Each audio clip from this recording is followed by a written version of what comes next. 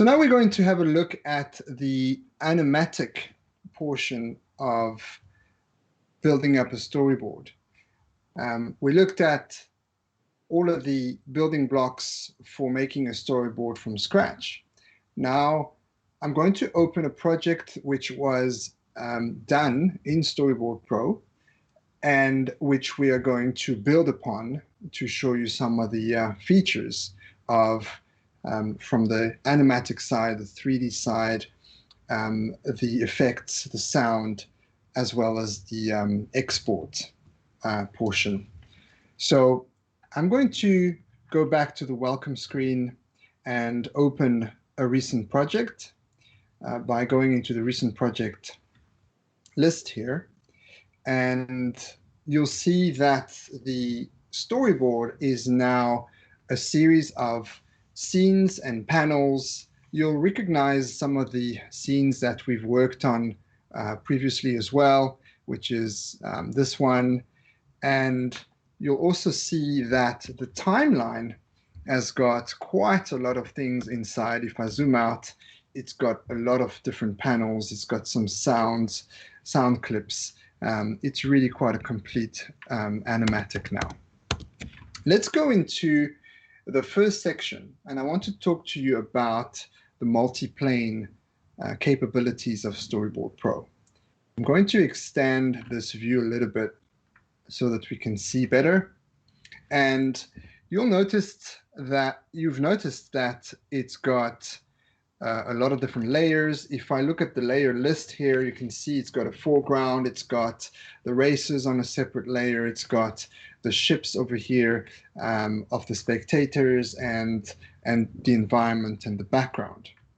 And you can see that there is some parallax movement, or at least parallax effect on some of the layers there. If I zoom out, you can see also that it's got quite a wide perspective here for the entire scene. And in fact, if I go to, let me just make this slightly smaller there. If I go into the stage view, which is a different tab over here, you'll notice that Storyboard Pro actually has a complete 3D environment. You can see that we were able to push some of the background images or layers further back, as well as have some layers in the front to simulate, or at least to show the effect of parallax.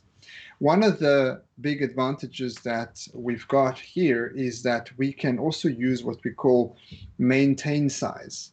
And maintain size on certain objects, such as maybe the cloud, allows you to push that object further away from the camera without changing its size, which means that things that are not supposed to grow bigger if you go close to them in real life, such as maybe clouds, the sun, very far away mountains, the moon, things like that, wouldn't be bigger if you move closer to them.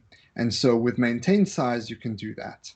The way to access these layers is also by going to different tabs, such as the top view, for example. So if I zoom out of the top view, you can see the layers like this. You can see the camera view as well. And there's even, and maybe I should do it over here, there's even a side view over here where you can see it from the side. So for example, if I go back to the camera and I try to select, let me select this background here, and I choose the maintain size tool now, you can see now it's selected that object and it's got a Z depth control here. So I can now move that closer or further away. And you know, it's now actually keeping that keeping that size, trying to grow the size of the layer proportionally to the distance at which I'm pushing it, so that you can keep it like that. So actually the parallax works even better there. If I look at it from the stage view, you can see it's moved further away. But it's grown bigger because it's pushed back. And that's what we call by maintain size proportionally to the frame of the camera. Okay, so really great to have that ability to play around with multiplane layers inside of Storyboard Pro. This view also allows you to select the camera, for example, and move the camera around in this view. So that's also really practical, is as we've now selecting the camera, you can see that it's got controls that look like 3D controls. That is because over here, and I'm going to go to a 2D panel, a normal panel, standard panel over here. And you'll notice that there's a set of tools up here that say 3D or 2D. The 3D one says enable 3D for current scene. If I go back to the scene I showed you just now, you can see that the 2D one is possible. And the 3D one is great because this is actually a 3D scene now. So it's as easy as that, to make a scene a 3D scene, which will enable you to select camera and object with the ability to move them in full 3D. So if I select the rock, if I select the clouds, you can see that now I have 3D controls for them.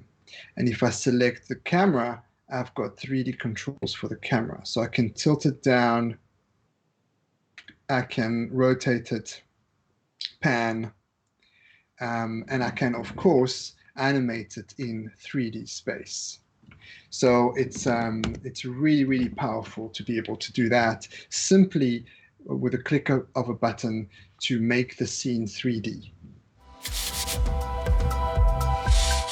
3D with 2D layers is very interesting and very powerful, but we can, in Storyboard Pro, and we've been able to do this for a while now, also bring an entire 3D element inside of Storyboard Pro, entire 3D elements altogether.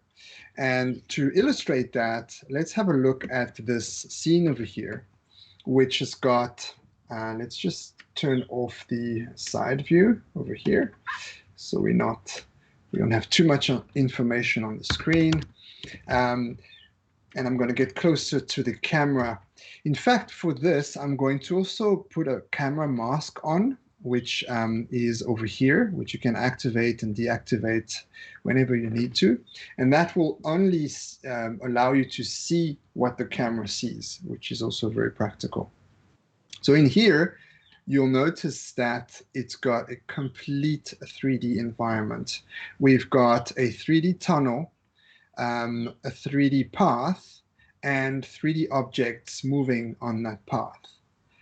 If I go into the stage view, you'll see what that looks like from the outside. So if I zoom out, and if I, of course, have a look at it with the controls like this, you can see I can completely go inside this now. I can look at it from the other side as well. So it's completely 3D.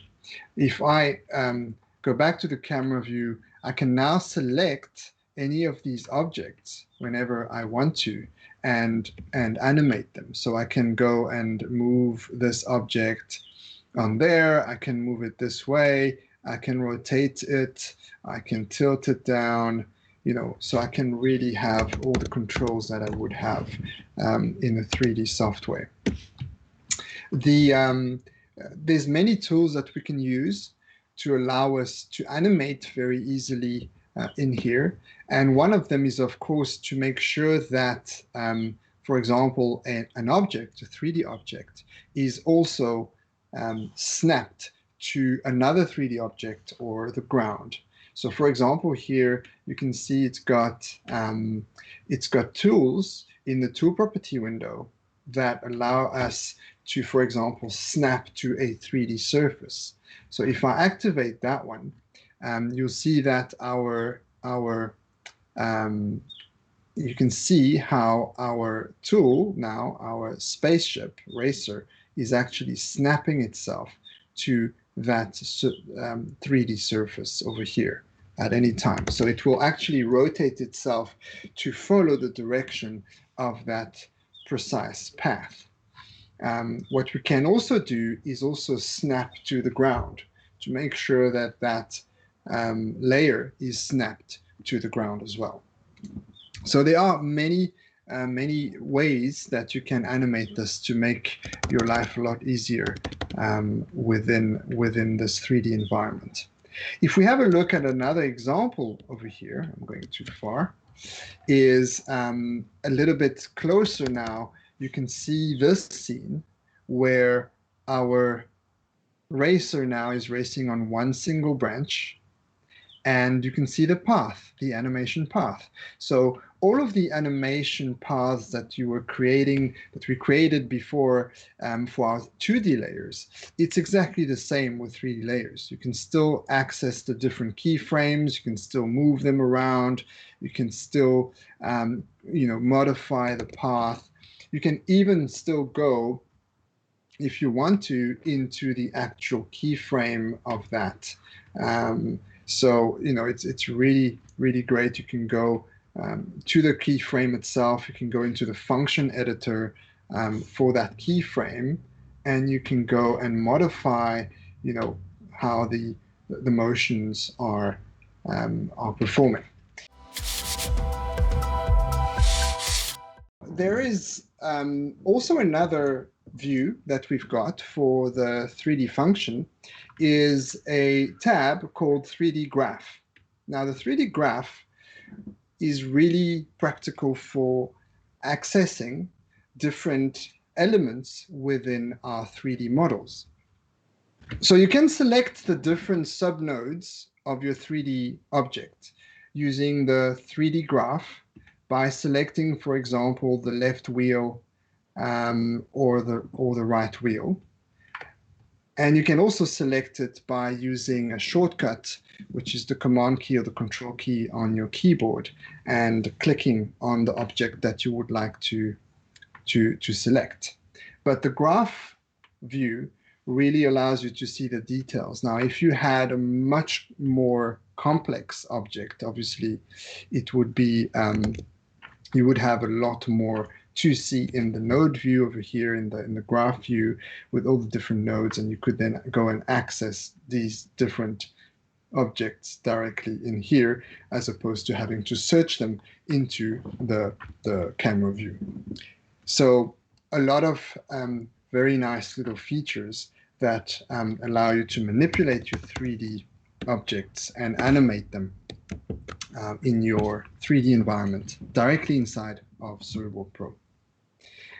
One of the things also that is possible is to bring in a 3D object as a 2D image.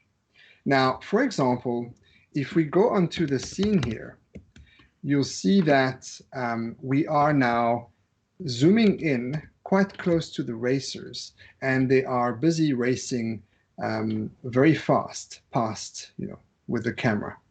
So you can see the following frames. I've got this ship in it. At the moment, it's a normal 2D layer, but we're going to bring the ship as a 3D object. One of the reasons to do this is you've already got the asset as a 3D asset. You don't want to redraw it if you don't really have to, but you also don't need to make it a 3D object because you're not going to change the camera point of view. So if you want to do that, let's go into the library over here and take a look at one of the 3D objects that we've got. We've got an FBX file, which is one of the file formats that we can bring inside of Storyboard Pro. And we're going to just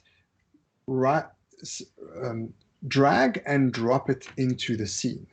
Now, Storyboard Pro is going to recognize that it's a 3D model, and it's going to ask, do you want to use it as a 3D model or convert it to a 2D image? We know what it looks like as a 3D model. Let's convert it and render it to a 2D image. Now it opens up a 3D render model window, and we're going to now place it. So what we're doing here is now positioning the object however we want it to look. So for instance, we're going to move it, for example, a little bit further this way. So this is how you want the point of view to be like. We're going to rotate it slightly this way or this way, so you can really position it whichever way you want, maybe this way, and so we can see it a little bit. Great. Let's say we're happy with that. This is what the point of view is going to be for our race, or that camera that we've got at the moment. We're going to say render to scene, and here it is. Now it is looking like a flat object in here, but of course as a 3D. So from here you can change its size. You can, now it's a fully 2D layer. So you can animate it, you can transform it, you can rotate it, you can change its opacity. So all of these things is absolutely possible with this object now. The thing is, if you now want to update this object, let's say, for example, the point of view changes, but it's still going to be quite static. It's not going to be a dynamic point of view change. Then you can update this at any time because it's still referenced to the FBX object. So to do that, I'm going to right-click on the layer itself, and I'm going to say that I would like to update the model position. And now I'm back into this view of the model position, and I do the modifications that I need to. For example, let's make it as if the camera is slightly higher, looking down onto the object like that. And we're going to update it. And now it updates the 2D layer. It's that simple. And if we were following the same methodology as we did, for example, as a shared, if we made this a shared drawing and we wanted to distribute that layer onto all of the subsequent layers, you could then do an update, and it would of course update all of the layers at the same time. It's still possible to do that even though it's a 3D object seen as a 2D layer. So these are some of the things that you can do with 3D inside of Storyboard Pro. Now let's move on into the actual animatic functions and capabilities.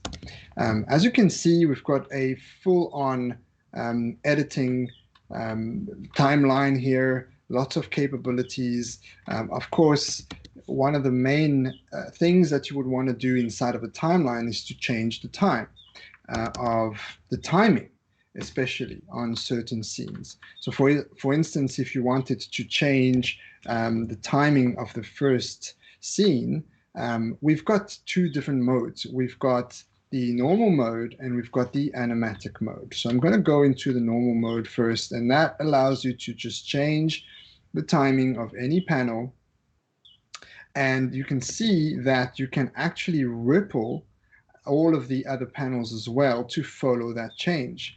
For example, if I make this longer, you can see that all the other panels are also rippling away in time.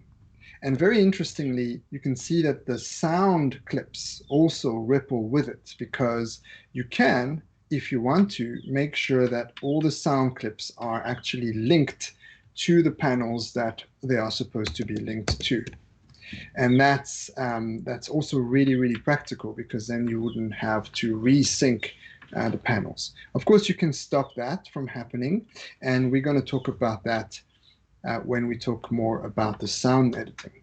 But in terms of video editing now, that's one way of rippling it away. The other way is obviously going from the end of a clip like this and moving it. So instead of moving it from the end handle, it's moving it from the start handle. And now it's actually augmenting the duration of that specific panel from the start, as opposed to augmenting it from the end of that particular panel. So those are the two ways you could do that. If you activate now the animatic mode, which is down here, now you can actually stop the ripple effect and create a blank portion in your animatic.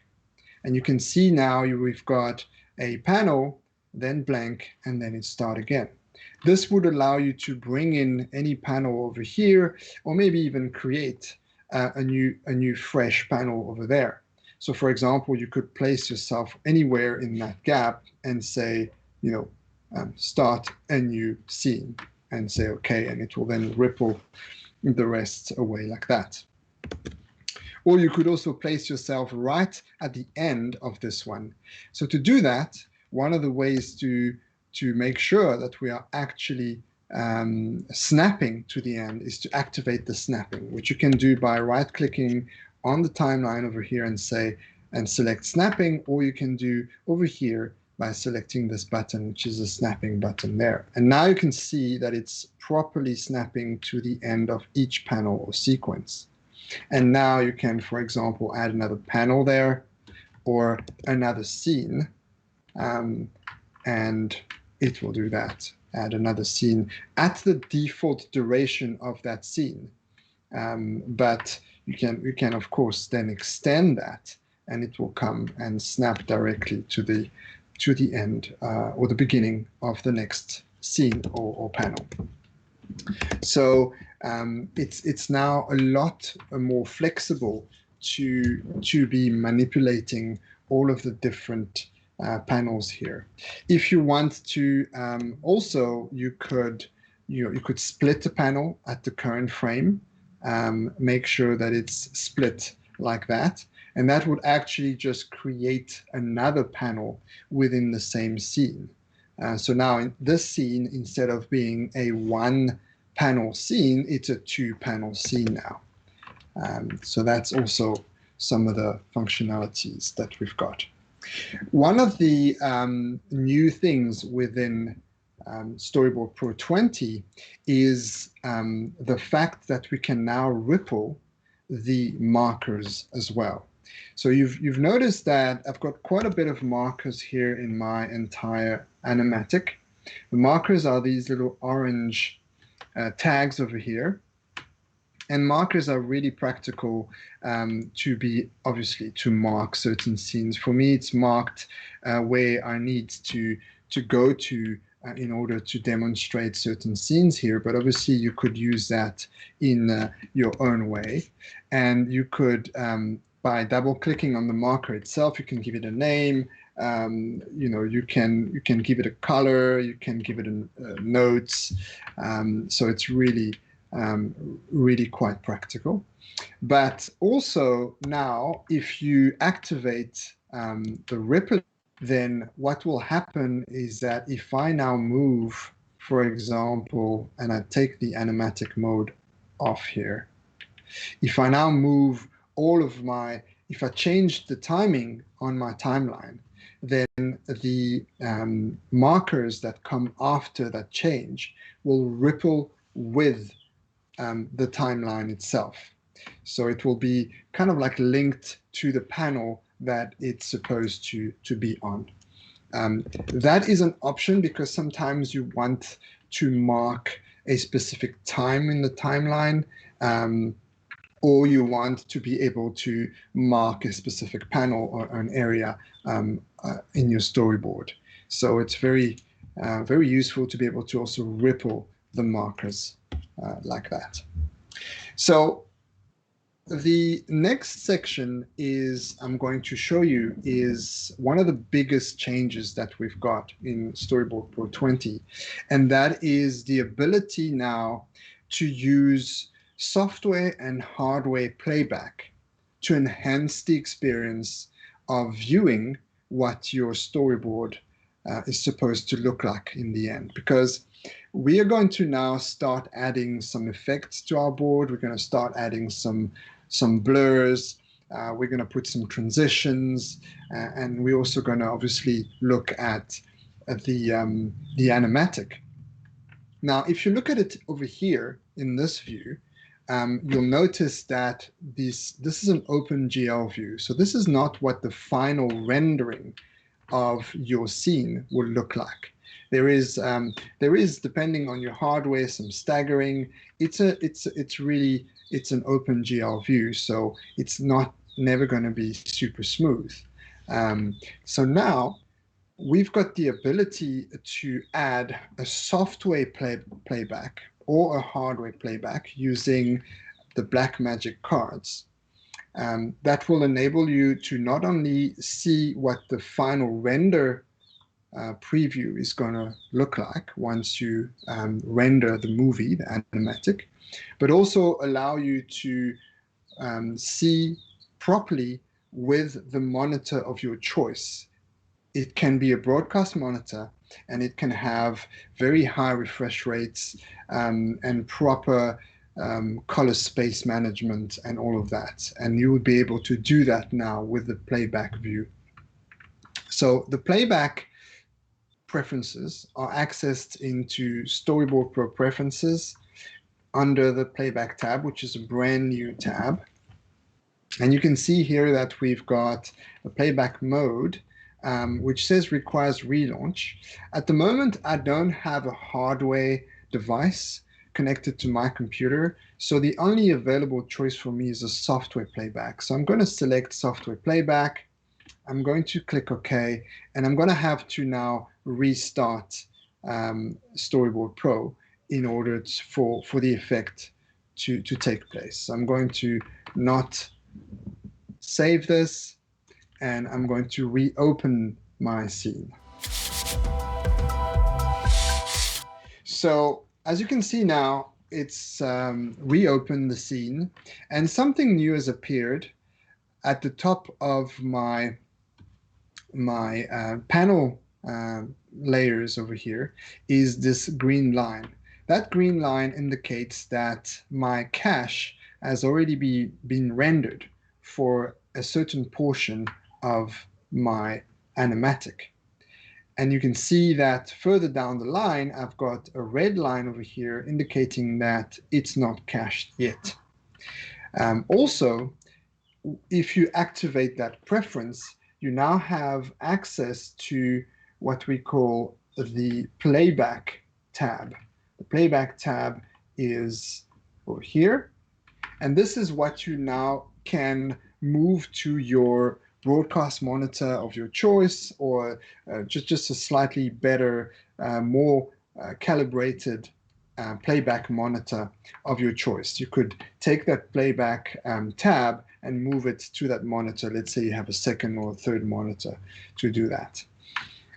So now when I press play, it's going to now render the cache for the entire project, and then it will only need to render whichever panel that I need to that I've modified. So let's just carry on the rendering of the entire project.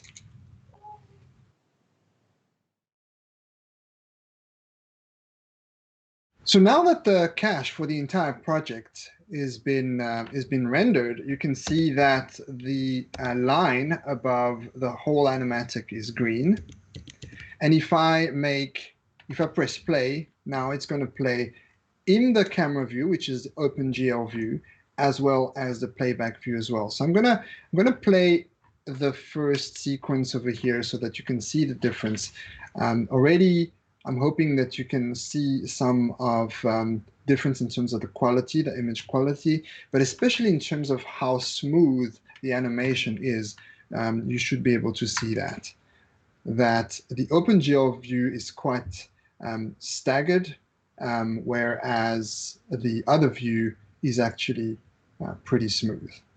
And that obviously depends also on the speed of your hardware, but essentially this view here will allow you to see something very smooth, akin to the final result of your movie export once you export your animatic. Now, if I make a change anywhere here, and let's say, for example, I take one of the layers off, then that part becomes red, which means that it still needs to be cached. And when I press play again, it's going to render that very quickly and play it from there. Of course, if I go from the beginning, I do that, it's going to very quickly render that and then carry on showing me the project. So as you can see, it's fairly quick. There's not much that we need to worry about speed there. So now that we are in this section, let's have a look at one of the biggest improvements as well to our version 20 is the incorporation and the improvement on video layers. So since Storyboard Pro 7, we've been able to bring in video and drag and drop the video onto separate video tracks. That's something that, for those of you who are familiar with Storyboard Pro, you've been able to do already. Another new feature in Storyboard Pro 20 is, it's not a new feature actually, it's an improvement on the import of video tracks inside of Storyboard Pro. So as you know, we've got the ability to have as many video tracks as you would like in your animatic. At the moment here, I've got two. I've got one at the top here, and I've got another video track underneath as well, because you can push your video tracks behind your actual panels and scenes, which is also very practical. What I'm going to do is I'm going to hide a couple of layers in this scene like this, so we can only see the background.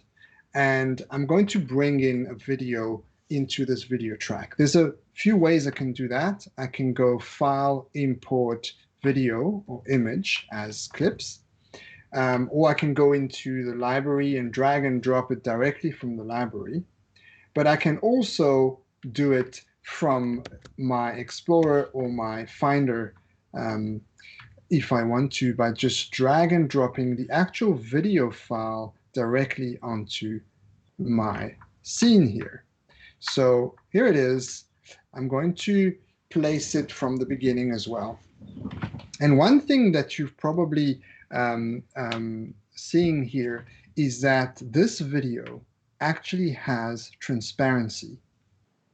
And in fact, that's one of the things that I'm going to talk about more at the end, is this video was actually exported directly from Storyboard Pro as well, with transparency. But as you can see, there's alpha information, there's transparency there. If I take away this video, you can see that you can see the background through the puff of clouds that the car is creating. So that's really great. And as I'm doing that, you actually probably saw as well that if I select the video clip itself, I'm now going inside that clip and I can see the different layers. This is the video layer, but I can add more layers to this video clip and draw on it, or add more to this video clip as a video clip, but with as many layers as you want. For instance, I can, for example, bring a layer. At the moment, I can see that there's only this racer here, but the other two are missing. So I've prepared before that a template of the other two racers, which I can just drag and drop inside of the video layer. And I can go and place that anywhere I want. And as a matter of fact, now you can see that the other two are there as well. So let's play that back. Obviously, it's going to need to render the cache very quickly. and now it's going to play the video with, so the layer within the video as well. And let's see that in the playback view as well. That's what it looks like over here. So now you can go and modify these layers that you've created inside of your video clip. So for instance, if I wanted to go onto this layer here and add something there, you can see that it's got that also right the way through. And of course, then I would have to re-render the cache very quickly for this portion. So adding more layers to a video track is extremely practical. Of course, you can, if you wanted to, you can also add transparency to a video track. So you can select it. You can select the video layer and bring down the transparency of that layer at any time. Now that we are now able to animate the opacity of a layer, as I've shown you previously, you can also do that. You can animate the opacity of a video clip as well by adding keyframes and taking keyframes away over here. That is absolutely still possible. And also, if you wanted to move a video track down, it is very easy to do so by right-clicking on the track, on the clip, sorry, and go move track down over there. And now your video is now behind these other layers, which in this case doesn't really work for us. But it's just an example of the fact that you can actually move video at the back, and that's how you could use it as, for example, a background, and extend that background through several panels at the same time. Now, let's have a look at another improvement, and that is to the fact that we can now preview blur effects that you're applying to certain layers. So if you're familiar with Storyboard Pro, you probably know already that we can add some blur effects on layers. But now, before you can actually render it, you would be able to preview the blurs. So for instance, let's add a bit of blur to these two panels over here. Our racers are racing past us at a rate of knots. So we're going to select that particular scene over here and select the racers, and we're going to add some blur to it. So we're going to right click on that specific layer and go apply effects, and we're going to add a radial zoom blur over there. And you can see there's a brand new button now called preview that will allow us to preview what the effect looks like. So if I go like that, it's taking a little while, and now it's previewing it both in the OpenGL view and the playback view as well. Maybe this is a bit too much. The blurriness is a bit much, so maybe we go down to around 20 or 19 over there. Let's preview again, and it's really quite fast to preview that. It's quite a big layer, so okay, well, that's pretty cool. So I'm quite happy with that, and now I say okay, and it's going to say it's going to be cropped when converting, because it's now converting into a bitmap layer, right? You can say don't show this again, not a problem. And now it's going to render that effect, but at least I could see beforehand what what the preview was going to be. So there's our little preview. Maybe we need to do that to the frame just after as well. So we're going to go and select this frame over here, or this panel over there, go to the racer again and add the same effect. If you've just applied an effect and you haven't changed it, actually it's retained all of the settings for that effect. So you can just click preview, and because it's the same, essentially the same object, I'm quite happy with that. Oh, actually this one could do with a bit more blurriness. So I'm going to add maybe to 40 over there, do a quick review again and see what it looks like. And I'm quite happy with that. Click OK. It's going to actually render now the effect. And when it's done, it's going to allow me to preview that. And of course, here there's no cache because that's actually already taken care of by the process of rendering that effect. And as you can see now, let me just play this in its entirety. And there you can see our little blur there. It's gone in a blur. That's it. So really, really quite practical. And if we go down to what type of blurs we've got like a normal blur, we've got a radial zoom blur, which we've used now, and we've got a directional blur as well. So you've got quite a lot of choices into what you can do there. One of the biggest improvements that we've brought into Storyboard Pro 20 is with the sound and the sound editing and sound effects.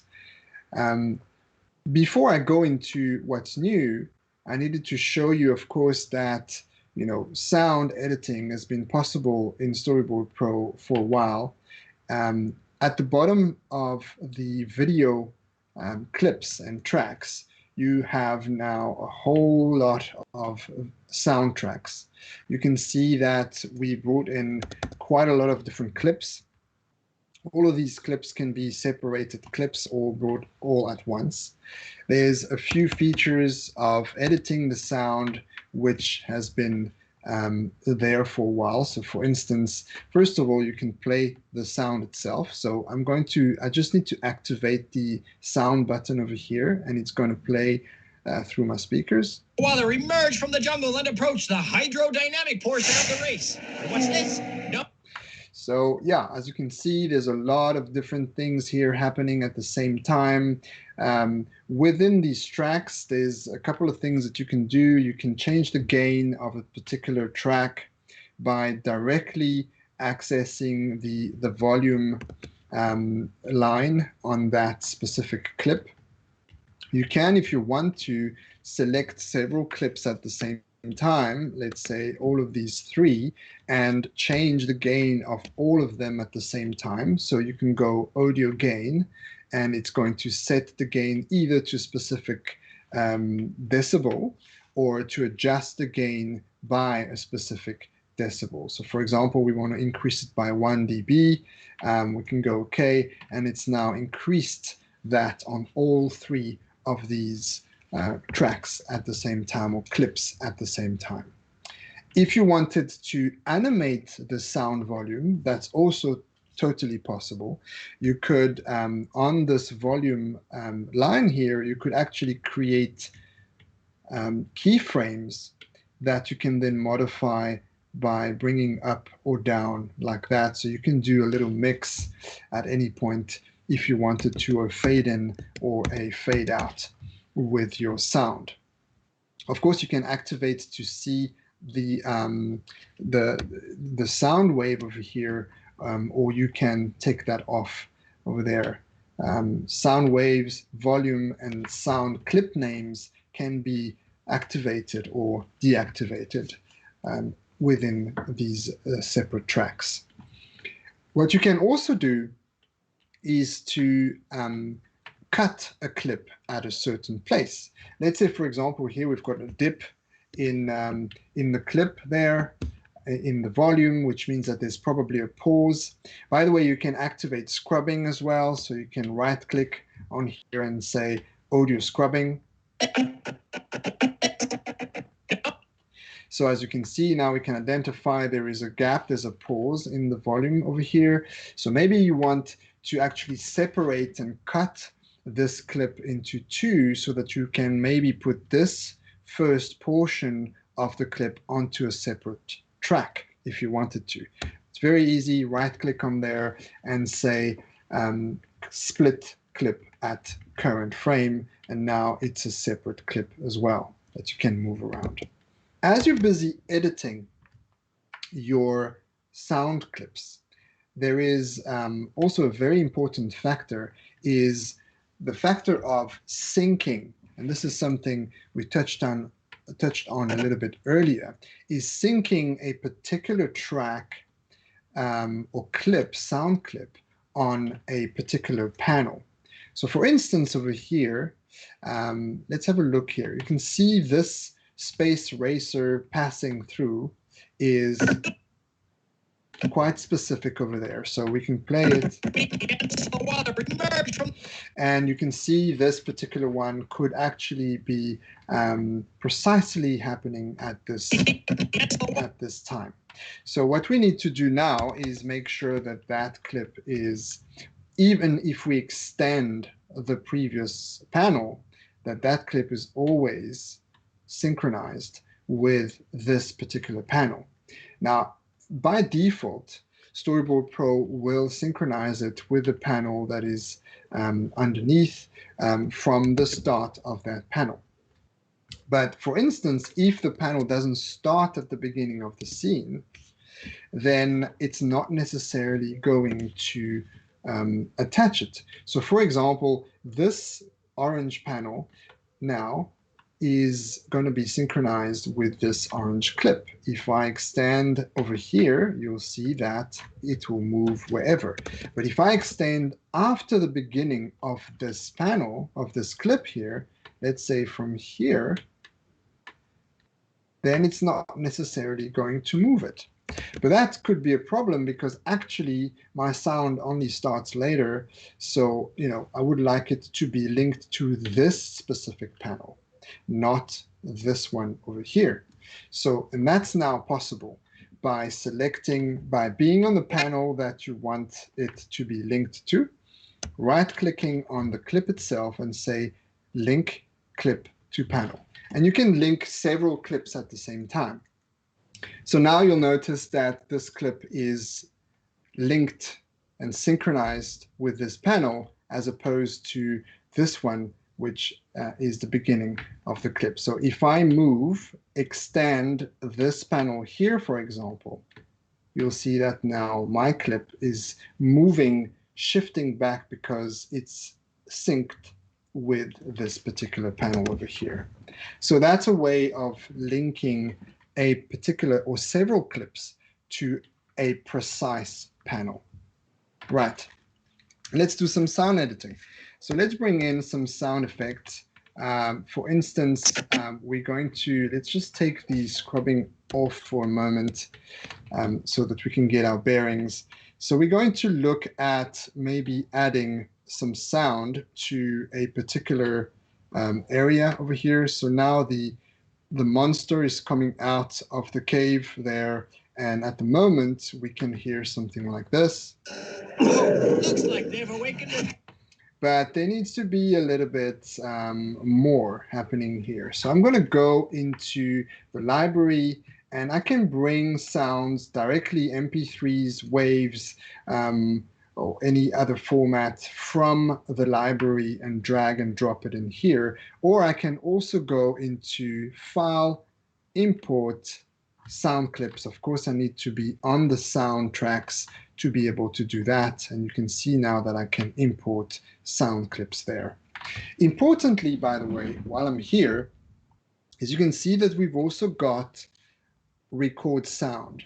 Now, this is really important because you might want to temporarily record your voice to get the right timing for a specific part of your storyboard or your animatic. You maybe most of the time you will not get the final recordings from the actors or for the voice artists for your storyboard. So you may want to record your own voice. So if you click on that particular option, you can see that you can name your voice clip. You can start at the current track, on a new track, at the current frame, the first frame. And you can then record that and then use it temporarily before, or not temporarily, maybe this is the final recording as well. So let's just bring in a sound clip here. We're going to bring the beast like that, and we're going to actually bring it right here. And we are going to snap it. So I still have snapping activated. So let's listen to that quickly. Looks like they've... Oh, that's better. So we can hear it a lot better there. And then we also going to bring in maybe a little explosion thing. So, you know, you can bring that down there. Oops, and that's now actually taken away. So actually, let's put it onto this track there. And actually, as you can see, there it is. And we can play that back. Looks like they've... That's not really synced. So let's move it over there and play it again. Looks like they've awakened the deck some more. Much better. So, you know, it's that simple. If something is too loud, just bring the sound down, the volume down, the gain down, and keep editing as you like. Looks like they've awakened. As you can see, very, very simple to start editing. And so one of the biggest improvements now is the addition to what we call the effect stack. The effect stack is a new tab over here, which allows you to access a whole bunch of effects, which you can then mix on with each other. So for instance, if I select a particular clip over here and I look at the effects that are available, these are all the brand new effects that we've got for Storyboard Pro 20. Of course, we've got volume, which supersedes, you know, everything else, but we've got balance, delay, high pass filter, low pass filter, pitch shift, reverb, and volume. So for instance, if you wanted to, you could add balance, delay, low pass, reverb onto all of them together. You could even move stacks on top of each other and change the order of these. And then if you look at the drop-down menus over there, you can now have access to all the different settings for all of these. So it's very, very simple to do that. You can select all of the effects and delete them all so that you don't have any effects on that particular clip. So let's have an actual listen to one of the effects. I'm going to select this guy here. We've already got an effect over there, but we're going to turn it off first. So it's that easy to turn it off as well. This is a reverb. We're going to take it off so that it's not affecting the track. And we're going to listen to what it sounds like without the effect. Now, instead of playing it in the timeline, you can directly play it from the effect stack window right here. And it's just going to play just that clip to allow us to focus on the effect that we're trying to apply. Let's play it. Now, remember the context here is that this guy was in a cave and he's coming out of the cave like that. So we want to maybe give him a bit of a reverb as if he is coming from inside the cave. So I've set this up already, maybe with 50% mix, like a 2-second decay, some absorption, some filters that are not activated right now, but you could like increase that bass or increase the high pass for this. So let's just listen to what it looks like, sounds like if I activate the reverb. And you can definitely hear a bit of a cave effect there. And if we play it with the whole scene now, let's just play it over here. What's this? No Nash Calloway? Looks like they've... There you go. So it's got a nice little reverb as if he's coming out of the cave. Let's do another one quickly and see how quick we can actually affect one clip here. Let's work on this one. So now the guy is inside and is wondering what this thing just came out of the cave. So he says, "What is that thing?" But that's a bit boring. Let's give him a very interesting voice, maybe a funnier twist to his voice. So we're going to add maybe a high, let's go for a pitch shift maybe, and look at what we've got here, and we've got some octaves that we can change, and let's maybe give him just not too much. 1 octave should be enough. Ooh, that's way too much. So let me go here and I'm going to type 1001 like this, and that's 1 octave, and let's play what it sounds like.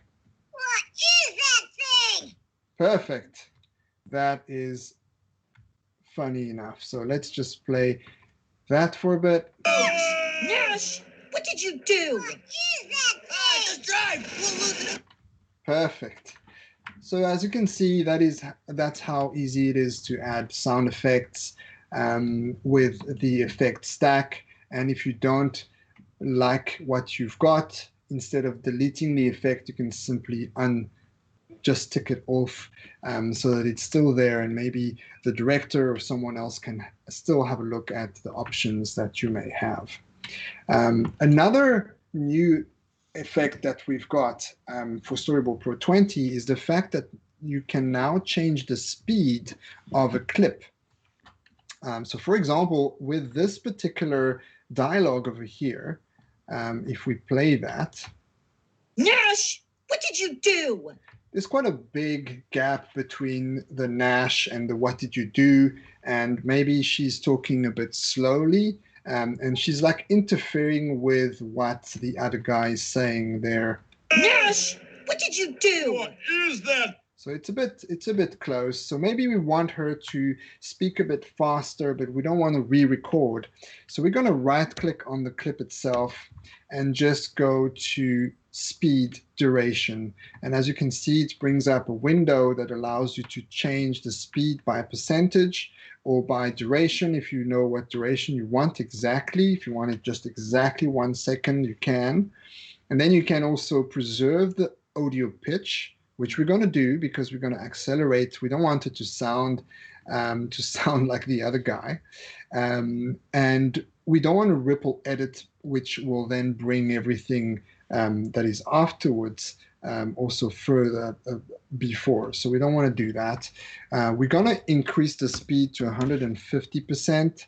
And as you can see, the duration changed automatically to 1 minute and 14 frames over there. So that's pretty cool. We're going to do that, and let's listen to what she sounds like. Nash, what did you do? So as you can see, it's simply accelerated her dialogue without changing the pitch. Nash, what did you do?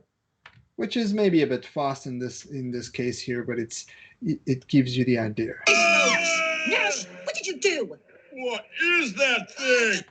And that turned off the effect, which we can put back on, and we're going to listen to it one last time. Nash, what did you do? What is that thing? Just drive. We'll lose it in the water. There you go. So these are some of the new features in terms of audio editing within Storyboard Pro 20, and of course combined with all of the other audio editing capabilities, it really is very powerful. Before I move on to the rest of the demo, I wanted to also mention that we've got something else new within Storyboard Pro 20 is that we now can import directly. We can now import audio tracks directly inside of Storyboard. And that means that if you've already created a whole bunch of tracks and a mix in a specialized audio software, you can then export that as an XML. And Storyboard Pro will then be able to take that with all the individual clips and bring them inside of Storyboard Pro. You can import them on new tracks or replace all audio tracks at the same time. So that's also something that can be very powerful if you've already pre-made a mix in another software. Import audio tracks. Okay, let's now talk about project management and collaboration, because of course as you're creating your storyboard, it's very often the case where you're going to be collaborating with different people. So for instance, over here inside of Storyboard Pro, you can go directly to the project management window and you can work on splitting, extracting, merging, or inserting your storyboard. And that is, for instance, if you were working on a master storyboard that you would like now to split into different smaller scenes so that several storyboard artists would work on the same project at the same time, you could go and split a specific project. So for example, you would save this. So I would say yes, save the project, and go to split a specific scene. For instance, I want to export, export before selected panel, export after selected panel, for example, from here onwards or from here before that. I can choose different options over there. Then once I've splitted the project into different mini projects, I could then bring them back and merge them back into my master storyboard. Effectively, I can also go merge and replace. So for example, if I import a project now, and if I go over here to bring in an existing project that I've extracted earlier, you can go and select the precise scenes that you would like to merge. So Storyboard Pro will recognize the scene names and the annotations, and it will then give you the option to merge specific scenes. And finally, you can also merge modified panels. So in other words, Storyboard Pro will recognize the ones that have been modified. So the options here, of course, are only the most recent or the tracked panels. You can merge existing scenes only. You can respect locked audio tracks if some of the audio tracks are locked, for example. You can preserve captions in current projects. There's a lot of things that you can do with the project management within Storyboard Pro itself without having to do that with third-party software or figuring it out by yourself. And of course, talking about collaboration, there's also the subject of conformation.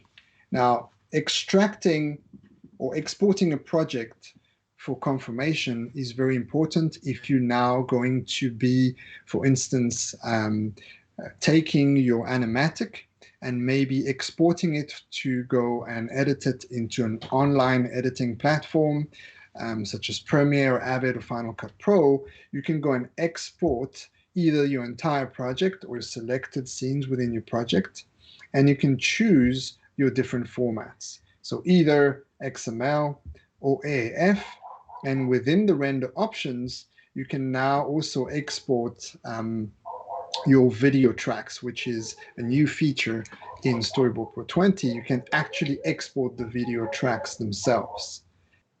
In the render tab, it shows you that you can render the panels and video clips. You can render the panel using transparent background as well, which is now a new feature in Storyboard Pro 20. So if within the options, you've chosen to export the panels as movies on additional tracks, when you go back to render, you'll have then the option of rendering a specific movie format. Of course, you need to make sure that you select the right format. For instance, to be able to add transparency. So for example, if you want to use a transparency, you would probably have to use QuickTime Movie.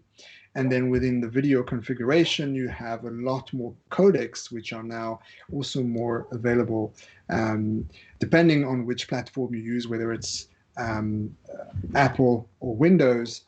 But you're going to get a lot more codecs available to you using the QuickTime engine. And that will allow you then to export with transparency and export the videos in your confirmation as well, not just images. Finally, in terms of export, there's a whole bunch of options. We can export images, we can export layouts. So for instance, if you wanted to export your background with all of your layers already, you can go and export them as a PSD format or any other format. But if you wanted to preserve the layers, you could use PSD, for instance. You can choose the resolution. You can choose the color space. Remember the color space management of your particular project. And you can have a whole bunch of different options there, including maybe the camera frames. You can export one image per layer, etc. So there's a lot of options within the layout export. Very importantly, you can export a CSV. So if you wanted to look at the timing and the details of your script and the captions and all of that, you could see that in Excel, for example. You could export it as a CSV. The EDL, AAF, and XML exports we've spoken about just now, allows you to do some confirmation. And of course, here you can have another file format, which is the EDL format, the edit edition decision list. And for Premiere, Final Cut Pro, or Avid, AAF for sound editing, all kinds of different functions over there. And the most important two here and the most used, I would say, are the movies and the PDF export. So the movie export would be precisely for your animatic. And your animatic export can be done in several ways. You can go to H.264, MPEG-4 movie, QuickTime movie, Flash, JPEG, sequence, Targa sequence, or PNG sequences as well. And that will depend, again, on the hardware that you've got, but you can go and choose a whole more codecs for your movie export. You can include sound if you want to at a whole lot of different rates, which we've added new rates as well, all the way to 48 kilohertz.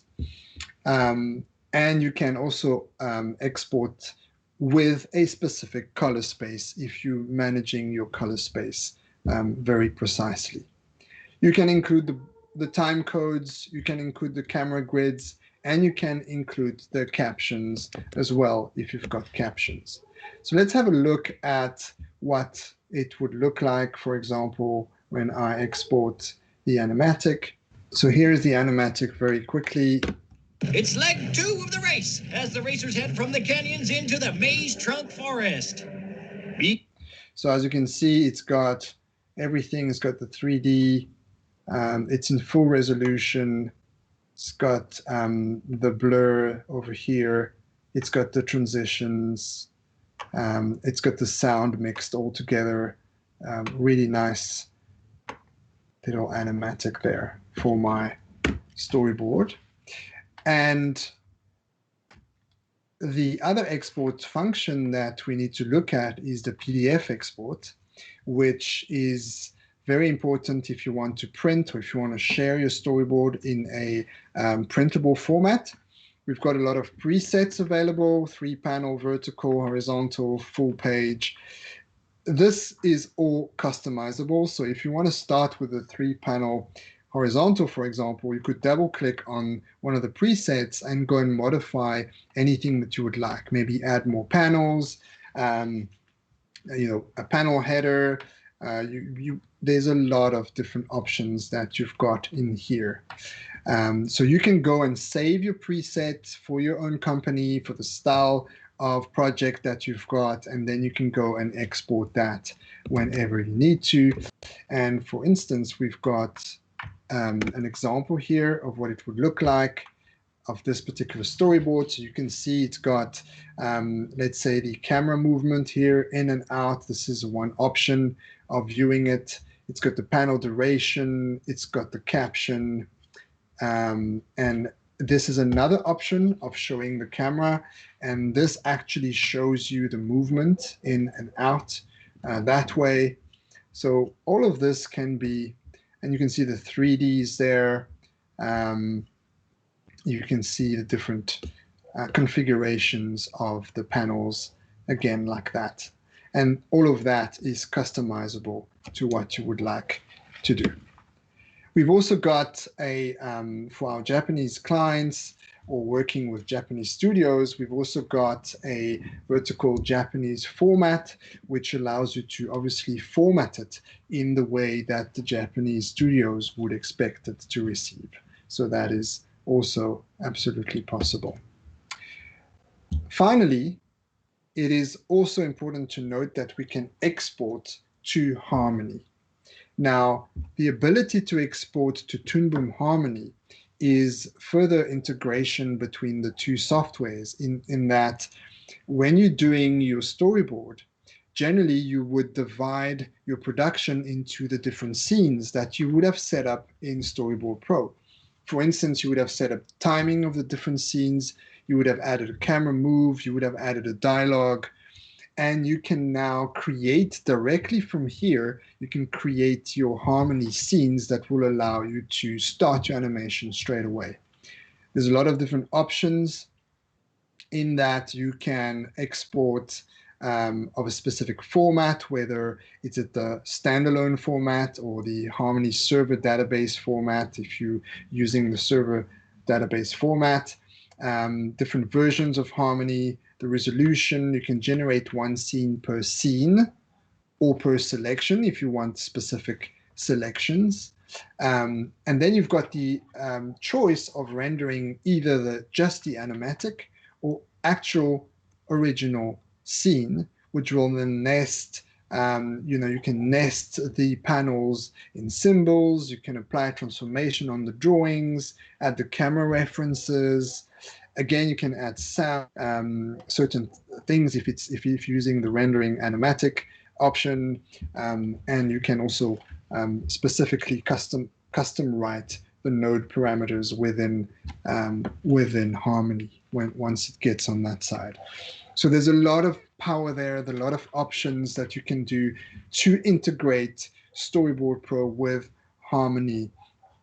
For instance, I'm going to open one of the scenes that I pre-prepared over here, and you'll see that what it looks like when it is in Harmony 20. So here it is in Harmony 20. You can see this is the option that allowed me to not just export the animatic, but actually all the different layers at the same time. And you can see all the layers are there, which I can turn on and off as I want to. I can see the layer animation as well as the camera animation as well. I've got the camera down here with its animation, which I can turn off if I don't want to. So now the camera is not moving anymore. So as you can see, I've got all the elements that were in my storyboard and that I can now start animating directly from this scene. So thank you very much. That was the demonstration of Toon Boom Storyboard Pro 20.